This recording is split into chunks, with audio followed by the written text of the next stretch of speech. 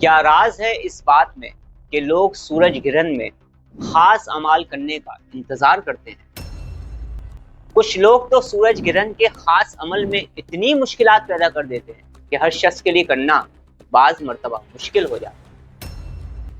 آج میں آپ کو بتانے جا رہا ہوں سورج گرہن کا ایک ایسا خاص عمل جو اہل روحانیت اور بزرگوں کے سینے کا ایک راز ہے، جسے کرنا ہر خاص اور عام کے لیے آسان ہے۔ اس کو کرنے کی بہت برکتیں آپ کو ملیں گی، خوشی، کامیابی، دولت مندی، فراغ دستی، اور آپ کی راہ میں حائل رکاوٹیں دور ہوں گی اور روحانیت میں اضافہ ہوگا۔ تو آئیے سورج گرہن کا یہ خاص آسان ترین عمل سیکھتے ہیں۔ اعوذ باللہ من الشیطان الرجیم، بسم اللہ الرحمن الرحیم۔ السلام علیکم ورحمۃ اللہ وبرکاتہ۔ سورج گرہن ہو یا چاند گرہن ہو، اس طرح کے اعمال تو جب انسان کرتا ہے تو بہت ٹائم بعد ایسے اوقات، ایسے لمحات اور ایسا وقت آتا ہے جو سورج گرہن یا چاند گرہن کا ہوتا ہے۔ مگر اس کے علاوہ بھی ہر مہینے کچھ خاص وقت ہوتے ہیں، کچھ خاص ساعتیں ہوتی ہیں، کچھ خاص لمحات ہوتے ہیں اور کچھ خاص دن ہوتے ہیں جن میں خاص ترین اعمال کیے اور کروائے جاتے ہیں۔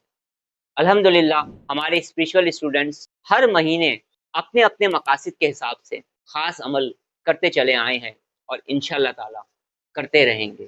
12 اگست کی رات میں سورج گرہن ہوگا اور اس سورج گرہن کی ٹائمنگ تقریباً 3 گھنٹے تک رہے گی۔ 8:34 سے 11:34 کے درمیان میں یہ ٹائم ہوگا سورج گرہن کا۔ کم و بیش ایسے ہی ٹائم رہے گا۔ وہ تمام لوگ جو پاکستان میں موجود نہیں ہیں، بیرون ملک میں رہتے ہیں، وہ اپنی سٹی کے حساب سے، اپنی کنٹری کے حساب سے سورج گرہن کی ٹائمنگ کو دیکھ کر اس روحانی عمل کو کر سکتے ہیں۔ یہ وہ عمل ہوگا جس کی برکتیں اور جس کے فائدے آپ خود اپنی زندگی میں محسوس کریں گے اور اپنی آنکھوں سے بھی دیکھیں گے۔ سورج گرہن کا جب وقت شروع ہو تو کثرت کے ساتھ استغفار کریں، درود پاک پڑھیں اور دعا کریں، اور سورج گرہن کی ٹائمنگ میں کسی بھی وقت اول آخر آپ درود پاک پڑھیں اور سب سے پہلے 33 مرتبہ سورہ اخلاص پڑھیں۔ جب 33 ٹائم سورہ اخلاص آپ پڑھ لیں تو اس کے بعد پھر اللہ الصمد کو پڑھتے چلے جائیں۔ اللہ الصمد کی تکرار کریں۔ جب آپ اللہ الصمد پڑھ رہے ہوں گے تو آپ نے تعداد کو گننا نہیں ہے، بلکہ محو ہو کر، ڈوب کر پڑھنا ہے، دل کی گہرائیوں سے پڑھنا ہے، پاکیزگی کے ساتھ پڑھنا ہے، یقین کامل کے ساتھ پڑھنا ہے۔ میرے وہ تمام اسٹوڈنٹس، میرے وہ تمام چاہنے والے جو مراقبہ اور میڈیٹیشن کرتے ہیں، وہ مراقبے کی حالت میں اللہ الصمد کو دل ہی دل میں پڑھتے رہیں گے اور ڈیپ میڈیٹیشن میں جا کر کو پڑھیں گے۔